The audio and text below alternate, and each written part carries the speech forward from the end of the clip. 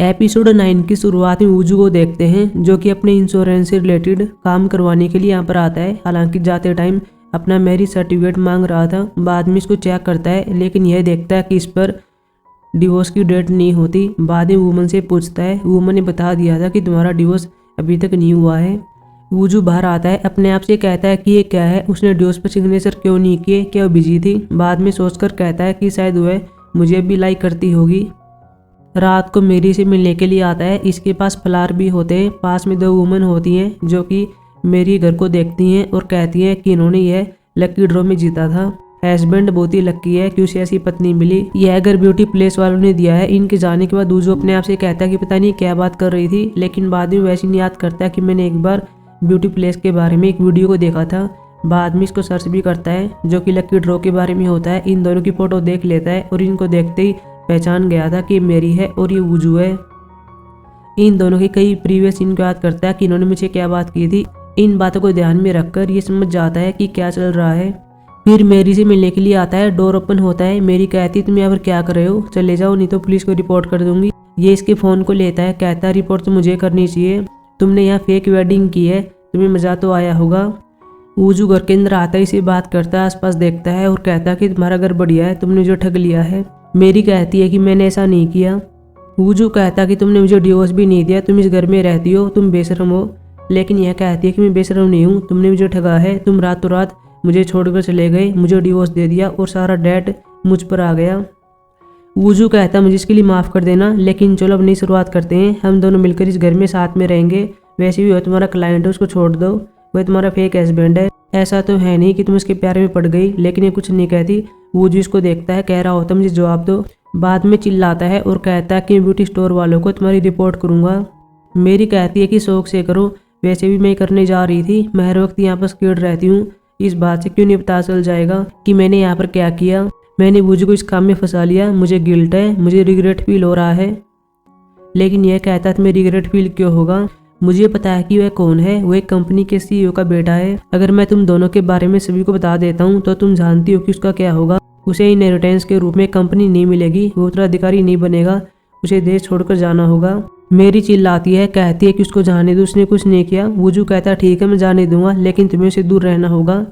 अगर तुमने ऐसा नहीं किया तो मैं सभी को बता दूंगा। बाद में पास में इनकी वेडिंग फोटो देखता है, इसके पास आता है, पंच मारता है और चला गया था। अगले सीन में मेरी के पास वूजू कॉल करता है, बताता है कि मैं कॉफ़ी शॉप में आया हुआ हूँ, क्या तुम्हें कॉफ़ी चाहिए, तुम यहाँ पर आ सकती हो। लेकिन यह कहती है कि नहीं मैं नहीं आ सकती, मुझे भी रेस्ट करना है।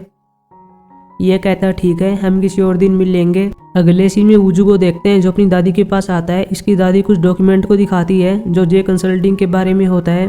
इसकी दादी कहती है कि तुम हमारी एम्प्लॉय मिस्टर को जानते होगे जिसकी 2 महीने पहले कार एक्सीडेंट में डेथ हो गई थी।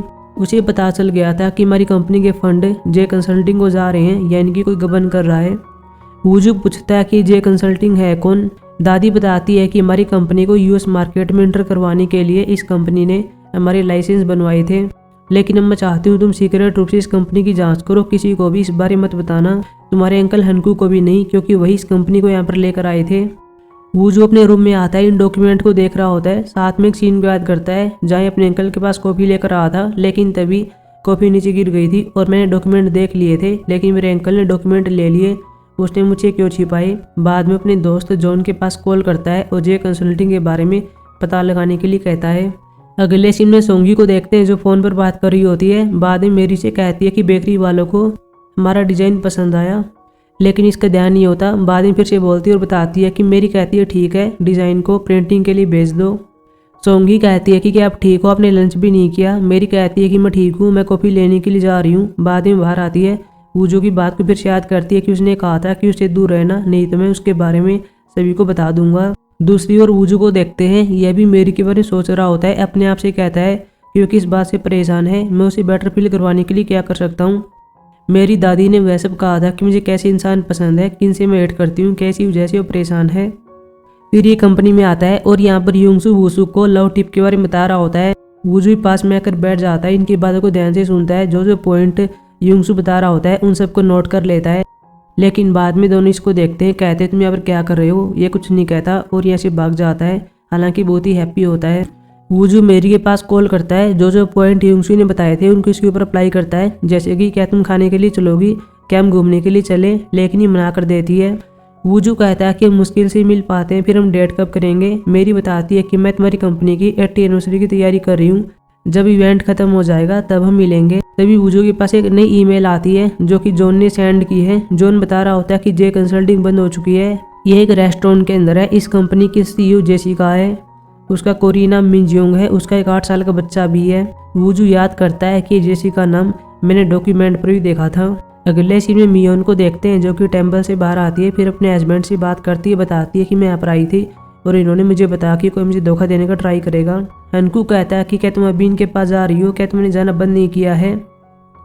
बाद में मियोन कहती है कि शायद मुझे पता है कि कौन धोखा देगा। हनकू डर जाता है, लेकिन बाद में ये कहती है कि मेरी माँ है, वह मेरी बेटे की बजाय अपने पोते को उत्तराधिकारी बनाना चाहती है। मैं उसके पास गई थी और चिल्लाई थी। हनकू कहता है तुम्हें ऐसा नहीं करना चाहिए था, तुम जानती हो कि माँ की कोई ना कोई प्लानिंग होगी, अगर तुम उसे परेशान करोगी तो बेहोश भी हो सकती है, तुम्हें ऐसा नहीं करना चाहिए।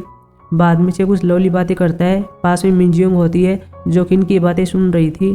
कुछ टाइम के बाद मिनजियोंग इसे पूछती है कि तुम उसे प्यार भरी बात क्यों कर रहे थे। यह कहता है कि तुम जेलस फील कर रही हो, लेकिन ये मना करती है। मिनजियोंग कहती है तुमने कहा था तुम उसे डिवोर्स दोगे, लेकिन तुमने ऐसा नहीं किया, मुझे कब तक वेट करना होगा। तुम अपने बेटे को हैंग आउट के लिए नहीं ले जा सकते क्योंकि तुम्हें डर लग रहा है कि कोई तुम्हें पहचान लेगा। अब मैं इसे बोर नहीं देख सकती, उसको डिवोर्स दे दो। मैंने तुम्हारे प्यार को पाने के लिए क्या क्या किया, क्या तुम भूल गए कि 27 साल पहले क्या हुआ था। ये इसको रोकता है, कहता है कि हाँ मैं जानता हूँ, मैं उसे डिवोर्स दे दूंगा, तुम चिंता मत करो, हमारे ड्रीम जल्दी पूरे होंगे। तभी बारक्यू बेल बजा रहा था। यह कहती है कि हेनरी होगा, हालांकि हेनरी तो होता है, साथ में सोरी भी होती है जो कि हेनरी को छोड़ने के लिए आई थी। हेनरी को पता चलता है कि मेरा पिता आया हुआ है, बाद में अंदर भाग जाता है। सोरी देखना चाहती है कि ये कौन है, लेकिन नहीं देख पाती। बाद में जाने लगती है, लेकिन मिनजियोंग इसको रोकती है, कुछ पैसे देती है, लेकिन यह कहती है कि मैं नहीं ले सकती। मिनजियोंग कहती है कि हमारी बात को सीक्रेट रखने के लिए ये पैसे उसी के लिए हैं, तुम ले लो। सोरी पैसे ले लेती है और चली जाती है। अगले सीन में वूजू को देखते हैं जो कि मेरी के पास मैसेज करता है, मीटिंग में आने के लिए कहता है। मेरी सोंगी से पूछती है क्या कोई मीटिंग होने वाली है, लेकिन यह कहती है कि मैं नहीं जानती, मेरे पास कोई इन्फॉर्मेशन नहीं है। मेरी मीटिंग में जाने के लिए बाहर आती है, पैदल जा रही थी, लेकिन तभी वूजू गाड़ी लेकर आ जाता है और इसको अंदर आने के लिए कह रहा था। अब दोनों खुली जगह में आते और ड्रिंक कर रहे थे। वूजू कहता कि मुझे बताओ तुम परेशान क्यों हो, क्या इसकी वजह मेरी दादी है, तुम जैसा सोचती हो मेरी दादी वैसा नहीं है, मैं उससे बात करूंगा, क्या तुम्हें मुझ पर बिलीव नहीं है। मेरी कहती है तुमने एक बार कहा था कि हर किसी का सीक्रेट होता है। ये सीन को याद करता है, कहता है कि मैंने कहा था, लेकिन उस टाइम मैं इस बारे में नहीं जानता था, यह बात मैंने ऐसे ही कह दी थी। मेरी कहती है कि मैं नहीं जानती, लेकिन अब मैं अपने फ्यूचर पर ध्यान देना चाहती हूँ, मैं उस घर को नहीं छोड़ूंगी। वूजू कहता है तुमने तो कहा था कि तुम लीसन को सब कुछ बता दोगी, लेकिन यह कहती है कि मैं नहीं बताऊंगी, मेरे ऊपर बड़ा डेट है, मैं उसको चुकाना चाहती हूँ। बाद में कुछ ऐसी बातें करती है जिससे वूजू हर्ट हो जाए। वूजू डायरेक्ट पूछ लेता है क्या तुम ब्रेकअप करना चाहती हो। ये हाँ भरती है और चली जाती है। अब ये बस में होती है और वूजू के पास्ट के कई सीन को याद करती है। इस टाइम दोनों बहुत ही हैप्पी थे। अगले सीन में लीसन को देखते हैं जो कि संगयून के साथ होता है। मेयर संगयून से बात करता है, कहता है कि मैंने तुमसे कहा था कि मुझे एक टाउन दे देना, लेकिन तुमने ऐसा नहीं किया। यह कहता है कि मैं कोशिश कर रहा हूँ। मेयर कहता है कि अगर तुम मुझे टाउन दे देते हो तो मैं तुम्हारे नए स्टोर को परमिट दिलवा दूंगा। इसके जाने के बाद संगयून लीसन से बात करता है, कहता है कि नए टाउन को हैंडल करना, लेकिन लीसन कहता है कि हमारे पास कोई टाउन खाली नहीं है, हमें 10 महीने तक वेट करना होगा।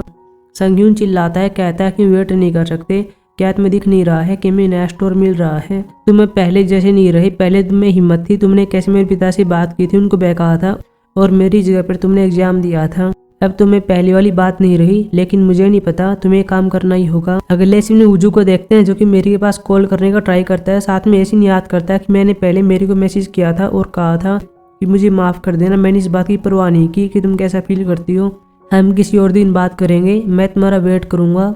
इसके पास जिनक्यूंग मैसेज करती है, पूछती है तुम कैसे हो, फिर इसकी रिप्लाई का वेट करती है। वूजू ने कह दिया था कि मैं ठीक हूँ। जिनक्यूंग कहती है उस दिन मैंने वैसा कर दिया था, मुझे माफ़ कर देना। वूजू कहता है कि मुझे माफ़ कर देना, मैं तुम पर चिल्ला था। जिनक्यूंग कहती है कि अगर तुम चाहते हो तो मैं मेरी को सॉरी कह सकती हूँ, लेकिन ये मना कर देता है। बाद में साथ में खाना खाने के लिए कहती है, लेकिन वूजू ने कह दिया था कि अभी चीज़ें सही नहीं चल रही हैं। रात को लीसन को देखते हैं जो कि रनिंग कर रहा होता है। उस सीन को याद करता है कि संगयून ने मुझे क्या बात की थी। बाद में स्टोर में आता है, कैन को लेता है, लेकिन अभी जिनक्यूंग भी आती है जो इसकी कैन के लिए पे करती है। फिर दोनों बाहर होते हैं, बात कर रहे थे। जिनक्यूंग कहती है कि तुम तेज़ दौड़ रहे थे, मैं ठीक तुम्हारे पीछे थी, तुमने मुझे नोटिस भी नहीं किया, क्या कुछ चल रहा है, तुम मुझे बता सकते हो। ये इसको देखता है, कहता है तुम्हारे बारे में क्या। जिनक्यूंग कहती है कि मुझे लगता है कि उनका ब्रेकअप हो गया। लीसन कहता है फिर तो तुम्हारे लिए अच्छी बात है, तुम्हारे पास एक मौका हो सकता है। जिनक्यूंग कहती है ठीक है, तुम बताओ तुम्हारे साथ क्या चल रहा है।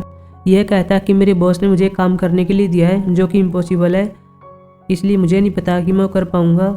जिनक्यूंग कहती है तुम अपने बॉस के लिए काम करना बंद कर सकते हो, तुम कितने कैपेबल आदमी हो, तुम कुछ और काम भी कर सकते हो।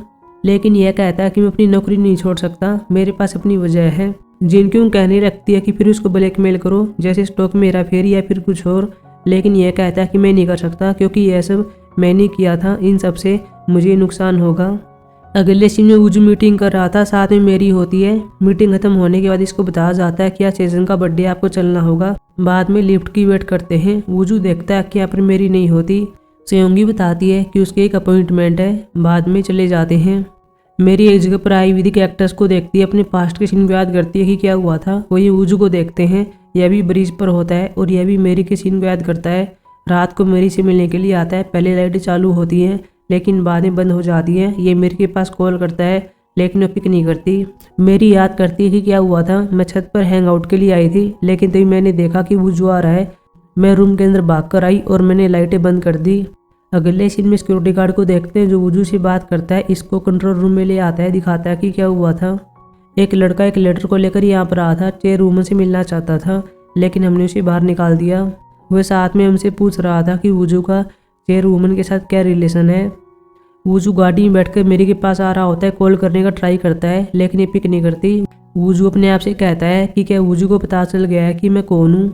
मेरी घर पर वुजू से बात करती है, कहती तुमने जो कहा था मैंने वैसा ही किया, मैंने उसे ब्रेकअप कर लिया। इससे हैप्पी हो जाता है, कहता है ठीक है अब हमारे बारे में बात करते हैं, चलो फिर से एक नई शुरुआत करेंगे।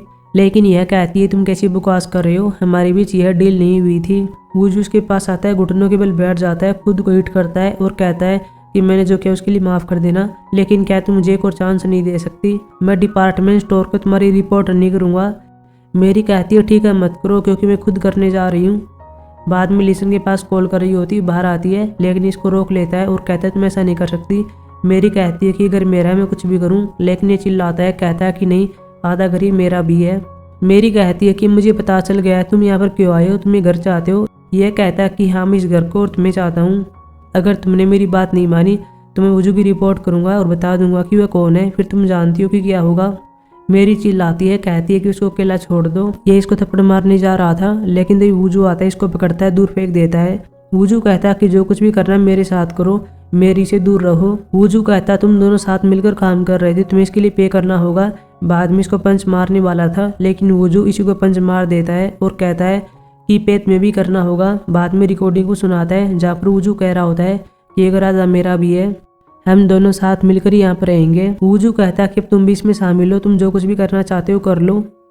वुजू को बाद में जाना पड़ता है। वुजू मेरी को हक कर लेता है। अंदर आकर वुजू मेरी से बात करता है, कहता है तुम्हें मुझे पहले बताना चाहिए था कि यह सब हो रहा है। मैं नहीं चाहता हूँ तुम ब्रेकअप को मेरी वजह से करो, अगर तुम सच में मेरी परवाह करती हो तो मेरे साथ रहो। जब तुम मेरे पास नहीं थी तो मैं दुखी था। मेरी कहती है कि मैंने पहले वह सब कह दिया था, उसके लिए सॉरी। बाद में दोनों किस करते हैं। अगले सीन में वुजू को देखते हैं जो लिस्ट को देख रहा होता है। इसे पता चलता है कि एनिवर्सरी में ये सब लोग आने वाले हैं, लेकिन इसमें तो ब्यूटी डिपार्टमेंट स्टोर का नाम भी होता है। इसको देखकर ही शौक रह जाता है। लीसन और संगयून एयरपोर्ट पर होते हैं। लीसन के पास वुजू ने कॉल किया हुआ था लेकिन लीसन कहता है कि हम एनिवर्सरी में नहीं आ सकते। अब दोनों प्लेन में होते हैं। एक आदमी लीसन को पहचान लेते हैं, इसे बात करता है। संगयून बाद में पूछता है कि यह है कौन। लीसन ने बता दिया था कि मैं इसे 1-2 बार अमेरिका ही मिला था।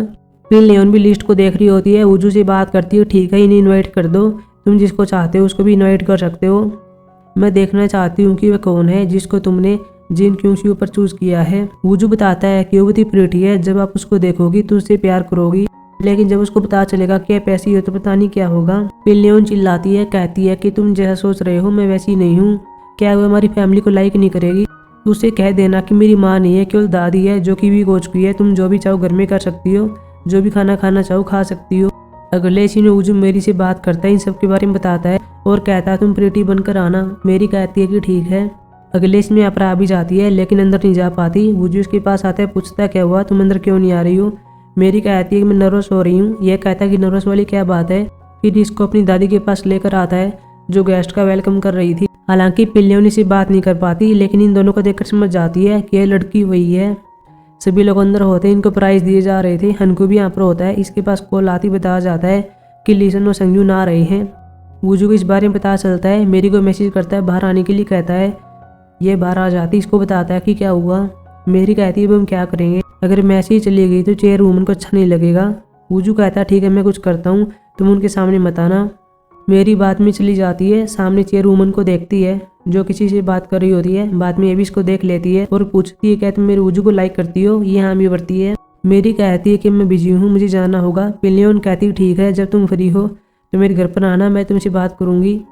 तुम्हें पता तो होगा कि वूजू मेरा पोता है। ये हामी बढ़ती है। यह कहकर ही चली जाती है। मेरी भी जारी होती है, लेकिन पास में लीसन को देखते हैं जिसने इनकी सारी बातें सुन ली थी। अगले सीन में संगयून के पास कॉल करता है, कहता है कि अब चिंता मत कीजिए, मुझे लगता है कि मुझे टाउन हाउस मिल सकता है और ये वही है जो कि मेरी ने जीता था। तभी इसके सामने वूजू आता है और कहता है चलो अंदर चलते हैं। यह डायरेक्ट इससे पूछ लेता है कि तुम्हारा मेरी के साथ क्या रिलेशन है, क्या तुम सच में मैरिड हो। मेरी भी बाहर जा रही थी और एपिसोड खत्म हो गया था। अब मिलेंगे एपिसोड 10 में, तब तक के लिए बाय।